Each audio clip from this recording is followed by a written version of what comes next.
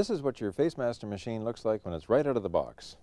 Let's begin at the beginning by turning it over and putting the battery in.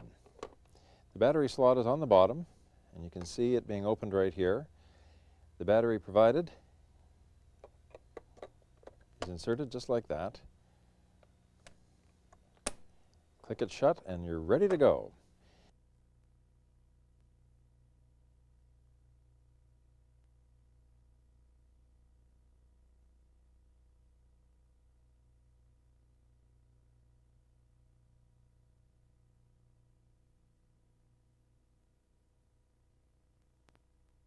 Next, we peel off the wrapper that comes on the machine. And you can throw that one away for good. Now we can see the brains of the machine ready to go here. Insert the cotton tips fully so that contact is made with the rim of the holder. The lid comes off the area for storage of your cotton tips.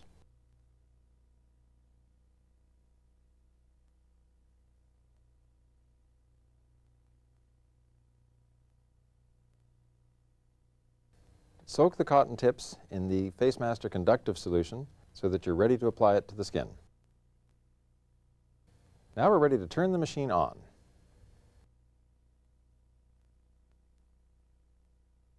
We can scroll through the different settings with this button. If you need to stop for any reason, use the pause button. It won't interrupt the timing of the machine. The intensity can be adjusted up or down if you don't like the predetermined settings. Okay, now you're all set. Let's begin. Hi, I'm Suzanne Somers, and congratulations, you are now the owner of FaceMaster of Beverly Hills, which has been my little secret for the past 7 years. I've been using this religiously, and I really believe that it has changed the look of my face, not only in context of little facial lines, but also in firmness. I seem to have a tone in my face at age 52 that I didn't have 10 years ago. So this has been my little secret, and people keep saying to me, what are you doing? Well, this is it, and now you can have it too, and I'm very glad about that. This is so important to me that when I travel, which I do all the time, I never check my FaceMaster into my check luggage. I always carry it in my purse because I figure if they lose my luggage and they lose the gowns or whatever, at least I'll look good because I'll have my FaceMaster. So to answer your questions and to show you how the product is used, I have two people who are very important to the project, Dr. Peter Hansen and Ruth Grafft. And she has administered, I don't know, thousands of these facials to people. She knows a lot about the product, as does Dr. Hansen, and I think that I can offer a lot of expertise too, because I've been using this, as I said, for 7 years, and I love the results that I've had with my face. I think it has really made a big difference in my face. Now Ruth is going to demonstrate for us. If you have your brochure with your machine, open it up to Step A. What is Step A? The first thing we're going to do is circle around the eye. Now we place one of the electrode probes right here, as you can see, at the edge of the orbit. Now Ruth is going to go around the outside edge of the bony structure of the eye, the orbit, in the direction that the hair grows over the eyebrow. The idea here is you don't want to touch the eye, although the current is microscopic in its intensity. You will see a little retinal flash here, and the retinal flash is completely harmless. You don't need to worry about that. Now let's go to Step B. If you're following along here, we start with one probe just below and one just above the brow itself. And as you can see here, Ruth's holding it in position. A light touch is all that's necessary. You don't need to press hard. And then you move it. And I love this step. This gives the appearance of your eyes being more wide open. It's really amazing. And this is all very easy to do after you get used to it. And as you can see, we're having Ruth do it to herself so that you can see you don't need to have somebody administer it to you, although it would be nice, wouldn't it? Yeah, it's handy to do this in front of a mirror initially. But certainly for myself, not being used to putting makeup on, obviously, I was all thumbs the first few times I tried it. But this works out to be really a very neat form of treatment here. And once you get used to doing this, you don't need to do it in front of a mirror. In fact, I do it at night when I'm going to bed. I sit in the bed and I do it to myself, and then I wake up looking wonderful. Sort of like a closet facial. A closet facial. Okay, now Step C. We're going to be doing right here, and you can again see the placement of the electrodes. Ruth's doing this. Again, a light touch is all that's necessary. The little flickering that you see of her eye is perfectly harmless. along with any flashes that you might see. Now, following along in your brochure, go to step D, under eyes. This is actually over eyes, just over the Yes. top, right here. And again, you'll see your eye might feel like it's doing a little blinking on you here, and the flashes, again, that might occur, perfectly harmless. There we go. Easy as can be. Now we're going to move on to step E. Ruth is about to place the electrodes again, or the wands right here. And as you can see, she's going to be going out towards the temple and holding it. That's it.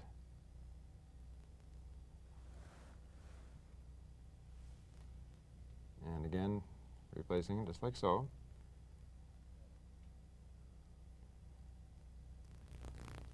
Good. Okay, now we're going to step F in your brochure. This is for the glabella, which sounds very complicated. It's just the center point between your eyes. This thing here. Right in the center, right between the eyes. Yeah, if you don't like that part of you, this will smooth it out. Doesn't take long. Okay, now Ruth has finished one half of her eye. She's going to now repeat the same process on the other eye to real time, so you can do it along with her. Okay, Ruth, she dips it in the solution. And we start at step A. There we go. And again, you see it's going in the same direction as the hair growth on the eyebrow. And you can just follow along. And how many times does she go around the eye? 10. 10 times. 10 times around the eye.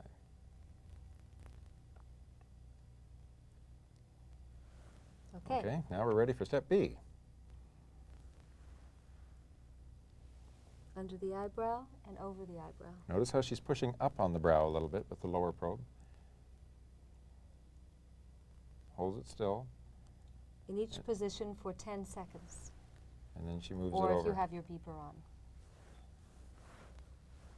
And then she moves it to the next position. And again, don't be alarmed when you see any blinking of the eye. That's quite involuntary and quite harmless.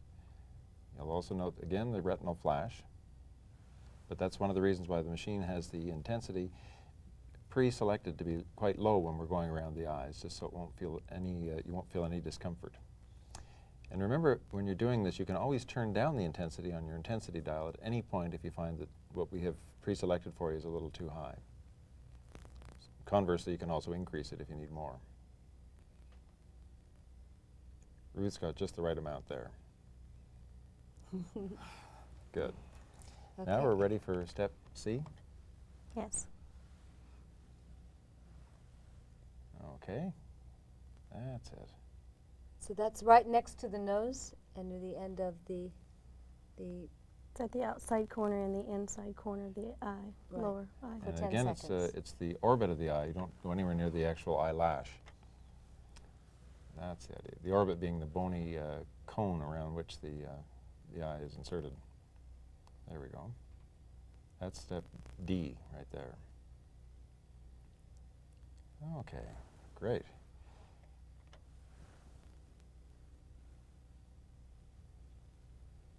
And we're doing the temple here. Looks like you're winking at us here. That's good. Okay, and do the other side. Great. It doesn't matter what probe you use. No, there's no left and right or Right. positive, negative. Okay. It's already predetermined that you can use both. There we go. Okay. Now we're on to, Step F. there which we is go. The final. Again, working on that glabella. Great. Now, of course, if you have problem areas in certain parts of your face that you want to give more emphasis, you can always spend more time on those. But this is designed to be a flexible system, and that this is a great way of Would that going be, about for it. instance, if you had a severe furrowing of the brow here, you might spend a little more Yeah. time on that. Exactly. Right. Okay. Okay, now we're going to the face on your brochure, and there are 15 steps to the face because we have a lot of parts in our face. Face is very important. Yes. You'll notice when you change the setting on your machine that there'll be a different intensity indicated on there, and that's because the machine, with the brain, already knows that we're going to need a little more power to treat the face than we did around the eyes. So Ruth, you'll start off and show us through step A. You can see the placement of the wands is right in the midline. She's only moving one wand and then holding it for 10 seconds. There we go. Now we change positions, same deal again. It's almost like you're stretching, you know, you're pulling down and under. Exactly. That's You know what nice. I found also while she's doing this step here, over the years that I've been doing it, I push mine up to the highest intensity because my face can take it at this point. And also, I find that you get to know your own facial structure and where you like more definition. Or So- problem areas, too. Or problem certain areas, people have too. certain areas that need more work. Step B. Good.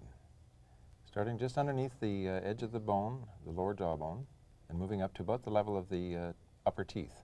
Okay, now we're going to step C on the face. It's a good thing you did a show called Step by Step. Now you see that the upper wand just by the side of the nose, and it pretty much stays the same. The lower one is along the edge of the lower jaw, and it's the one that you'll be moving. 10 seconds each step. The beeper that's provided on the machine will help guide you through the timing. The timing isn't absolutely critical, but it's a good idea to have the same applied to both sides of the face. So if I think 10 seconds for each step really works the best. it really does. But if you're in a hurry, you can cheat a little bit. That's right, as long as you do the same both sides. There we go. And as you can see, it's the lower jaw line that we're following here, but keeping the upper probe still by the side of the nostril there. That's the idea. Okay. Now we're ready for step D. For step D, you'll notice that we're getting that pouting effect on the lower lip. So you can have those model's lips. That's right. Or just look petulant. And again, 10 seconds is what we're holding here, as you can see. And it's just, each probe is basically just below the lower line of the lip. That's the idea. Now, this is step E. We're going on just above the lip line on the upper lip. And It's one of again, my favorites. this is a dandy one. But it does. It gives the appearance of an upturned mouth. It gives the appearance of a guppy, Of a just while you're doing it. Again, I do this in bed at night while I'm watching television so that I do two things at once. And once you get used to it, you don't need to have a mirror. This is step F. You can see the placement is at the upper lip. Both wands are on the same side of the midline, and there's a bit of a pinching or squeezing from one probe to the next. So there'll be a little outpoaching of the skin between the two. Don't have to press too hard, but you can feel the gentle pressure on the upper gums underneath. I like that one. That's the one that makes your lips go. That's right. Without collagen. Now we've got step G, and again we're above and below the angle of the mouth. And again, you can see it right here. That's the idea. That's how you'll smile up. That's right. Everything we rather do than is down. everything we do is 10 seconds at a time. There we go. Well, this is all, you know, as you age, gravity pulls your face down. So what we're doing is giving the appearance of the face going up. That's right, an anti-gravity machine. Okay, now we've got step H. When you first do this, do one side of the face first so you can see the dramatic difference. Now this is just like when your grandmother used to pinch your cheeks and say, "Isn't that a cute little boy?"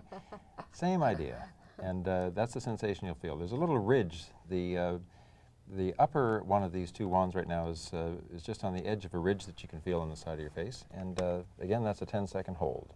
Yes, you can feel it's like right in there, kind of almost something to grab onto there. That's right. Which, by the way, nobody ever said what a nice little boy about Ruth and I. Oh well, when I we should were- have when we were modified children, that. yes. Okay, these are steps I through M. Step I starts just under the eye, needless to say. Ruth's not winking at you, folks. That's just part of what happens here. Don't be alarmed. And the other one is under the cheekbone. The correct? lower, it's very important that the lower wand be basically secured underneath the edge of that cheekbone, as you can see, and you can press fairly firmly there. Yeah, and Again, you'll show us feel through. it. You know, it's like you get a grip of your cheekbone, and it really gives it a great appearance. And you can almost, again, see a bit of outpoaching of the cheek itself because the lower probe is pushing quite firmly there. These are steps I through M, so we're on J, that one we just saw there. This is K here. And again, the This- lower probe doesn't move. The And lower this probe is the same. this works great for men also. So after you use it, then you can loan yours to your husband. This will give you those My husband uses mine. The apple cheeks? the apple cheeks. Yes. That's exactly right. I do that, and then when I'm putting my makeup on, I put a shader underneath the cheekbone there, and it really looks pronounced. Now we're on step L. There we go. And again, 10 seconds as we go. And remember that the lower probe doesn't need to be moved much. It's the upper one. The lower one's still the same, always underneath that bone. And that's M. Now this particular placement here is just below the cheekbone. So actually both wands here are touching just below the cheekbone. There we go, and again, 10 seconds. So now we've done right through to M.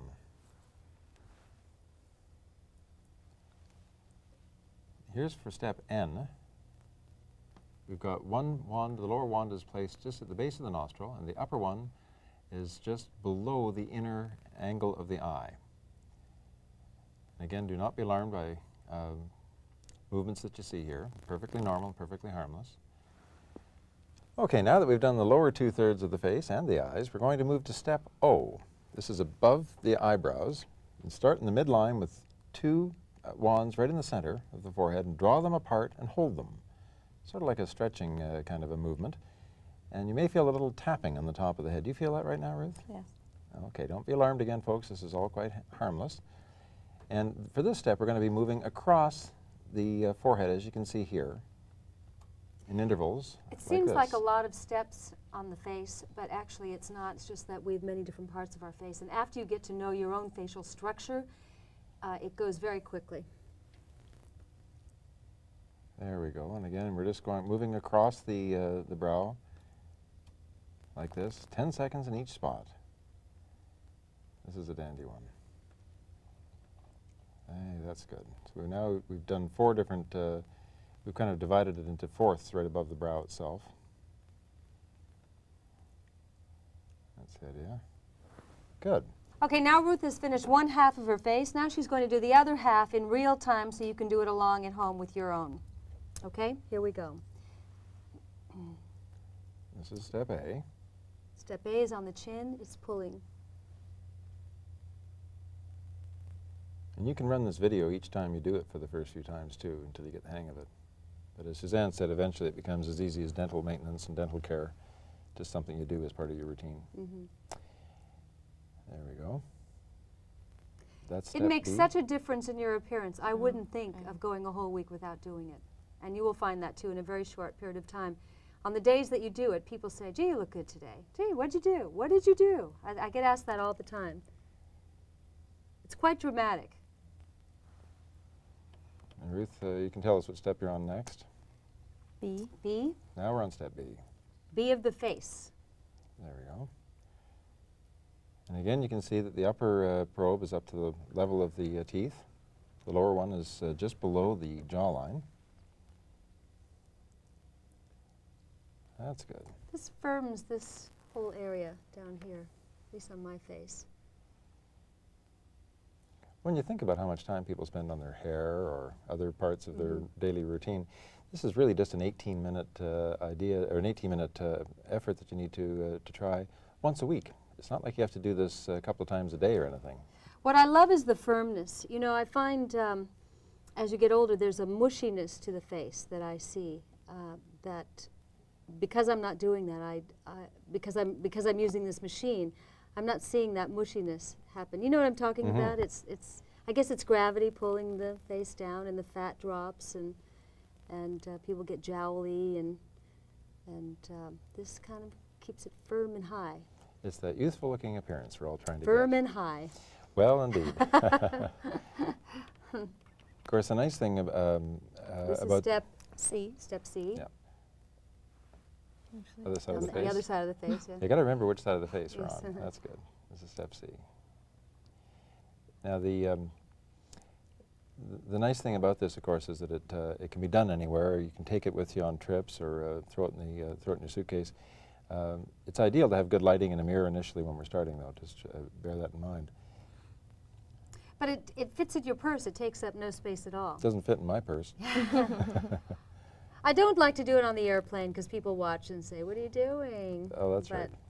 Conversation piece. I have found that I do it now when I'm doing something else, and mainly watching television. That's a great. That's how easy it can be. Yes, I put the news on, or you know, the Nightline show, and Instead of knitting, you're doing this. yes. There we go. I'd rather buy sweaters There and we have go. a nice, firm, taut face. We're now going into step D. If you notice, before each step, Ruth dips the cotton swab into the solution again. If at any point your cotton swabs get kind of funky Or even dry. or dry or whatever, and could or you want either- to change them, at any point you can pull them out and put clean ones in, and just dip them into the solution before you start. It doesn't have to go all the way down, just on the tips is okay. Step E. And again, these steps have already been done on the other side of the face. There's no harm in doing them twice because these are important areas. Sometimes when I'm going to something really swell, or going to do the Tonight Show or something like that, I will do the whole process twice, just to get like that extra kind of thing. Oh, And then that's people right. say, "You look good." This is your secret. Yeah, this is my secret. Step F. There we go. And again, you can Make see a that little smile go up, you up, can see a up, little up. pursing of the upper lip there. Well, if you look at little children, watch their smiles. Little children's smiles go up. Youth is up. It's gravity that pulls faces down. When you look at people who are older and usually unhappy, I find. Wiser. Wiser, you'll see that the mouth turns down. So this sort of helps it to go up. Step G. There we go. I don't know if I think it'd be better like this. There we are. Okay, good. You're doing great. Actually, you wouldn't believe it, but Ruth's got a 22-year-old son. You would believe that. Yes. Okay, now we're doing step H. Plump up those cheekbones. That's the cheeks. And again, that's that grandmotherly grip on the cheek we're looking for there. That's the idea. Or those apple cheeks. Mm-hmm. You bet. And again, 10 seconds. Now we're ready through steps I through M. And this is step I. Notice that the lower probe is in that hollow underneath the cheekbone, and the upper probe is on the inner aspect of the lower eye. J. No need to touch the lash or even come that close to the eye. We're still on the top of the cheekbone with the upper probe.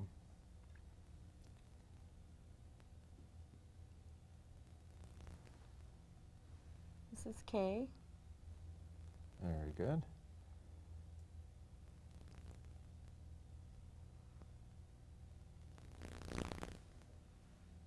Now we're doing. L. There we go.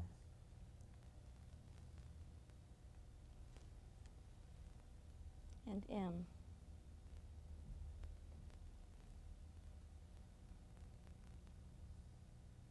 Great. See, once you get going, it doesn't take very long. Now we're ready for step N. As in Nancy. There we go. As in none too difficult.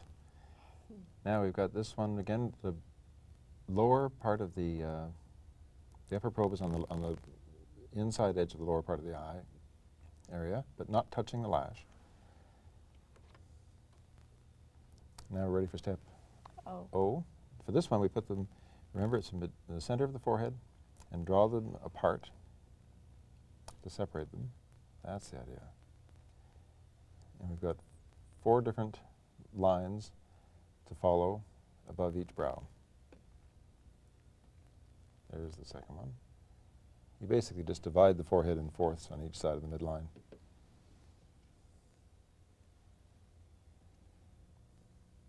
Great. Are you feeling any of that tapping? Yes. That's good. And remember, you can always adjust the intensity up or down if you find that it's not adequate, or if it's giving you too much sensitivity. You can always make these fine adjustments. There we go. Just like a professional. So that side of her face is done. So now we're going to the last step, of the whole facial, which is the feathering. And Ruth will show us the basic technique here. You just want to, any line on the face you can work. We'll start here. We'll put one of the probes at the end of the line and then work across the lines. So it smooths it out. And again, the machine is designed to be flexible enough if you need to go over certain areas with greater attention than others, you can do so. It's only the one probe that's moving. And if you have time, the longer you can do this, the Better. more effective it is. That's right. That's, Now, I have found if I get a little blemish or something, if I feather over that, that it sort of speeds up the process. there we go. This is great for around the crow's feet areas of the eyes.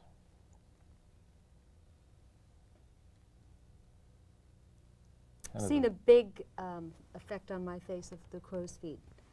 Like I was saying earlier in the video, 10 years ago, that these lines were much more pronounced than they are, and I have to believe it's because I've been using this machine for so long. Oh, that's great. Of course, we always admonish our patients to stay out of the sun and away from too much of the alcohol and bad things for the skin, but that's just part of good health maintenance. Well, also, for people who smile a lot, There we we get go. crow's feet. That's right. And crow's feet are nothing to laugh about. There we go. So, laugh, then feather. That's right. And again, as you can see, basically just following the probe that's doing the zigzag is just following along any of the lines of the face. We're just we're conforming with the normal position of wherever wrinkles might appear. It almost Even though you're feathering with one probe, you always keep the other one grounded on the, That's on the right. face. It's very important. Both have to be touching your face at the same time for it to be effective. and if you're predominantly right-handed or left-handed, you can use whichever feels more comfortable for you. And I'm dyslexic, so nothing is comfortable. So that's why I keep using it on the back of my head. There we go. That's great.